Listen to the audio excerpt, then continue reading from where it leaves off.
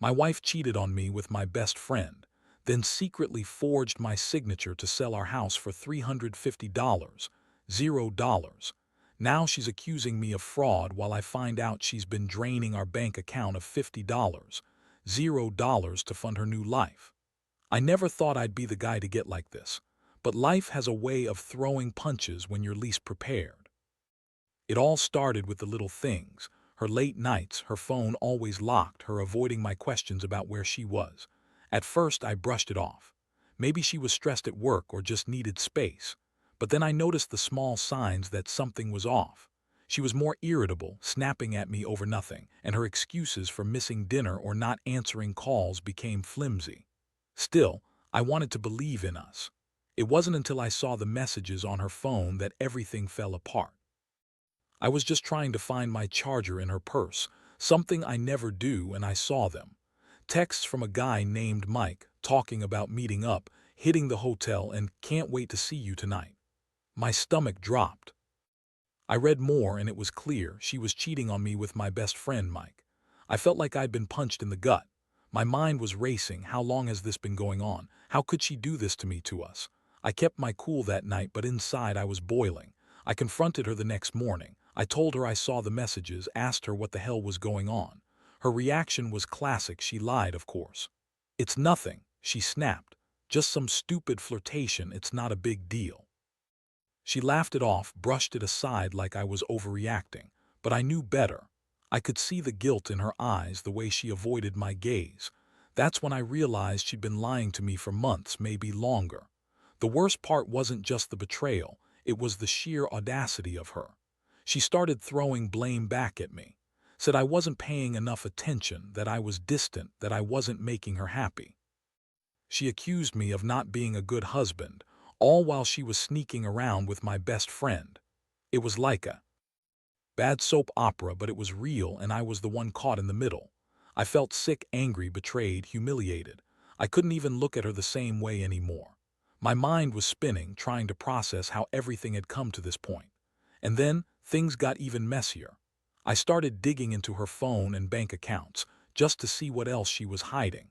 That's when I found the real bombshell. She'd secretly forged my signature on some papers to sell our house.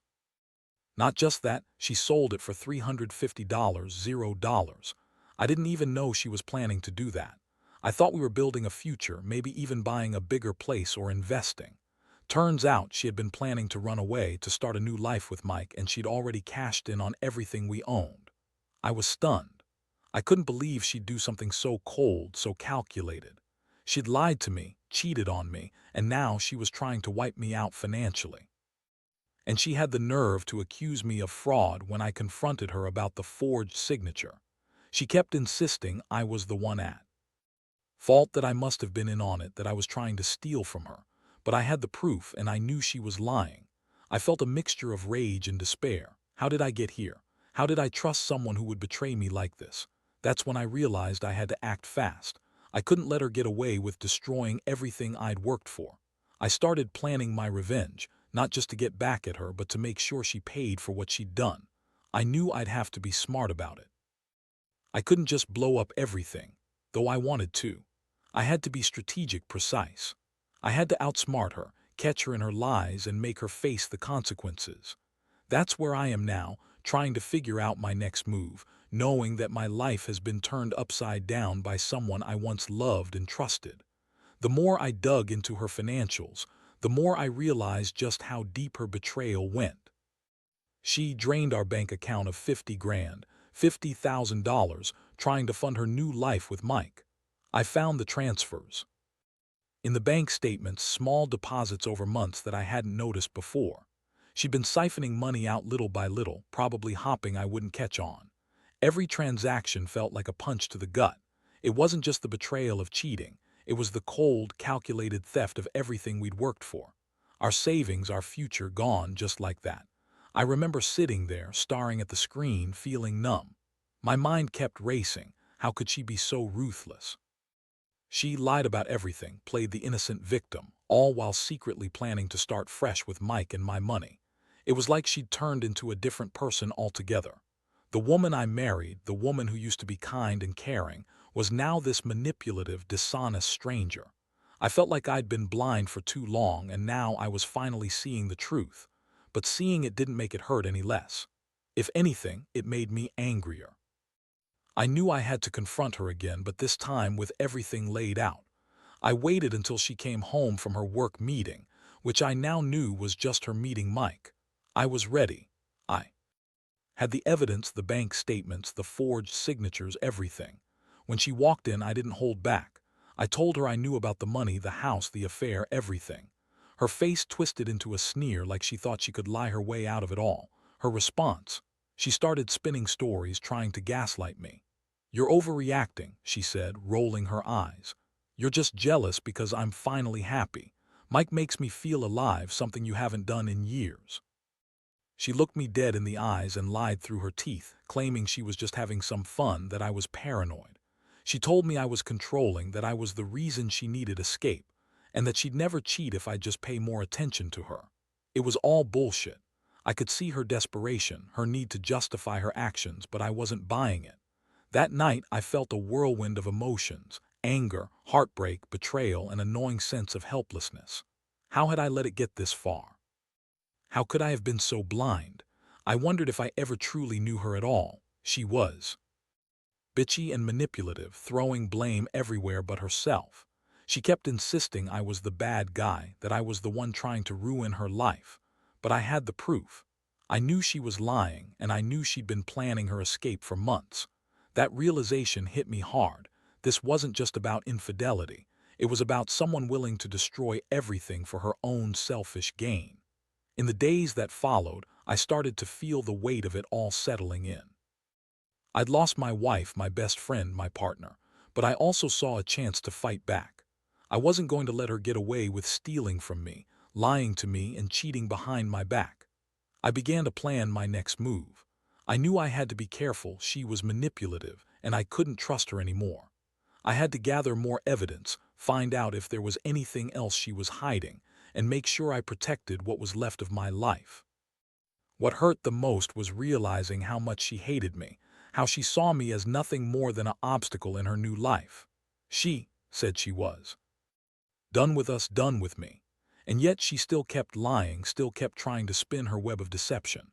I felt like I was fighting for my life.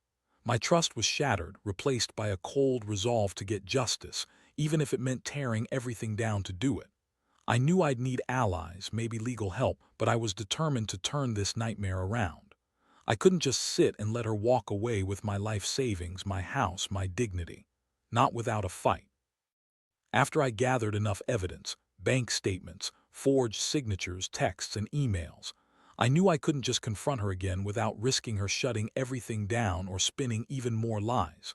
I had to play it smart. I started thinking about what I really wanted: to stop her from draining any more of my money, to hold her accountable for the house sale, and to protect what little was left of my sanity. But more than that, I wanted her to face the consequences of her actions. I couldn't let her get away with destroying everything I'd built. My first move was to get legal advice. I reached out to a lawyer. I found, through a friend's recommendation, someone who specialized in family law and financial crimes. It was a relief to finally talk to someone who understood the mess I was in. The lawyer confirmed my suspicions. Forging my signature on the house sale was a serious offense. Draining the bank account was theft, and her accusations of fraud against me were baseless, designed to distract from her own guilt. I felt a flicker of hope, knowing I had a solid case. Meanwhile, I started collecting more evidence: screenshots of her secret texts with Mike, copies of the bank transfers, even recordings of her trying to gaslight me during our confrontations. I knew I had to be discreet. Any slip-up could give her the chance to cover her tracks or spin more lies. I also changed my passwords and started monitoring our accounts more closely. I wanted to be ready for whatever she threw my way next. One evening, she came home as usual, but I was prepared. I told her I knew everything about the affair, the house, the money. Her face twisted into anger and panic. She everything at first, then started to lash out, calling me paranoid, irrational, and crazy. She told me I was ruining her life, that I was a jealous, controlling husband. But I wasn't buying her lies anymore. I laid out all the evidence I had, piece by piece, and watched her try to come up with excuses. She said she only did it because I was neglecting her, that she needed excitement, that she never meant for it to get this far. But I saw through her bullshit. Her reaction was classic: blame shifting, denial, and a lot of crying.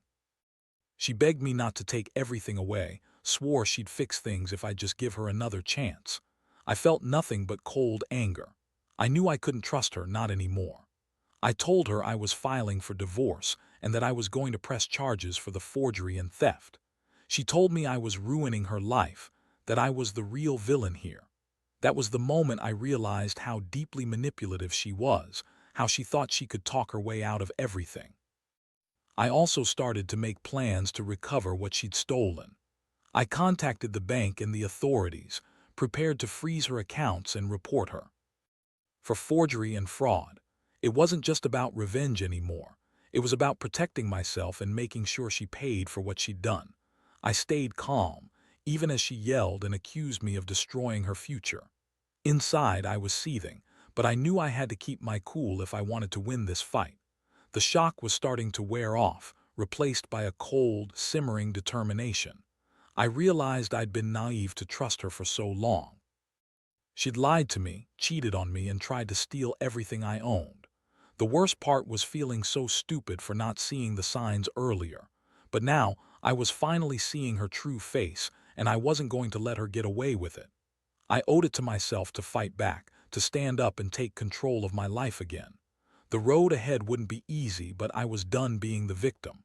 It was time to take my life back, piece by piece. The day I filed the legal paperwork was the day I truly felt like I was taking back some control. I sat in the lawyer's office, watching her go through the documents, and for the first time in weeks I felt a glimmer of clarity. She had forged my signature, sold our house behind my back, and drained our savings, all to fund her new life with Mike. I knew she'd be furious when she found out I was fighting back, but honestly, I didn't care. Every lie she told, every betrayal had pushed me to this point. While I was preparing to serve her with divorce papers and the evidence of her crimes, she started acting even more erratically. She'd call me nonstop, crying, begging, accusing me of ruining her life. She told me I was making her sick, that I was the reason she needed to cheat and steal. She insisted she loved me, that she'd change if I just gave her another chance, but I wasn't buying any of it. I saw her desperation for what it was, a manipulation tactic. She knew I was onto her, and she was trying to turn the tables. One night she showed up at my place unexpectedly, looking desperate and angry. She tried to guilt-trip me into dropping everything, crying about how she'd lose everything: her career, her reputation, her freedom. She begged me to forget the past, to just move on. I looked at her coldly and told her she was a liar and a thief. I told her I had enough evidence to send her to jail if I wanted. Her face turned red, and she started screaming that I was ruining her life, that I was the real bad guy here. It was like she was trying to manipulate me into feeling guilty, but I wasn't falling for it. I started to realize that her accusations against me, calling me a fraud, saying I was trying to steal from her, were just more of her lies. She'd been trying to twist the story from the beginning. She wanted me to look like the villain so she could escape blame. But I knew the truth, and I had the proof. She forged my signature, sold our house, drained our accounts, all to start fresh with Mike. She'd betrayed me in every way possible, and I wasn't going to let her get away with it. Meanwhile, I also started to think about what I'd do after all this was over. I knew I'd never trust her again, and I was ready to move on. I found a new place, something small but mine, and started packing up what was left of our life. It was a strange mix of relief and sadness. I was glad to finally be rid of her manipulative games, but I also felt the sting of betrayal. How could someone I loved so much turn into this monster? I kept asking myself that question, over and over, trying to understand how I'd been so blind. The emotional toll was heavy, but I knew I had to stay strong. I couldn't let her drag me down anymore. I'd fought hard to gather the evidence, to stand my ground, and now I was ready to take the next step, going to court, pressing charges and making sure she paid for what she'd done. I still felt hurt, yes, but also a strange sense of empowerment. For the first time in a long while, I was finally in control of my life again. The betrayal had shattered me, but I was determined to rebuild piece by piece. I knew there would be more battles ahead, but I was ready for them. This was my fight now. The court date finally arrived, and I felt a strain. Mixture of dread and relief. All the evidence I'd meticulously gathered, bank statements, forged documents, texts, and recordings, was ready to be presented. I knew she'd do everything she could to spin her lies and deny everything, but I was prepared. My lawyer had warned me she'd probably try to claim I was the one stealing from her, that I was paranoid or crazy. But I had the truth on my side, and I was determined to see justice done. When she walked into the courtroom, her face was pale but defiant. She was still trying to act like the victim, crying about how she was misunderstood and how I was ruining her life. But I didn't care about her crocodile tears. I sat there, listening as the judge went through the proceedings, and watched as my lawyer laid out every piece of evidence. The forged signatures, the bank transfers, the secret texts with Mike, all of it painted a clear picture of her deception. She tried to deny everything, but her words kept contradicting her actions.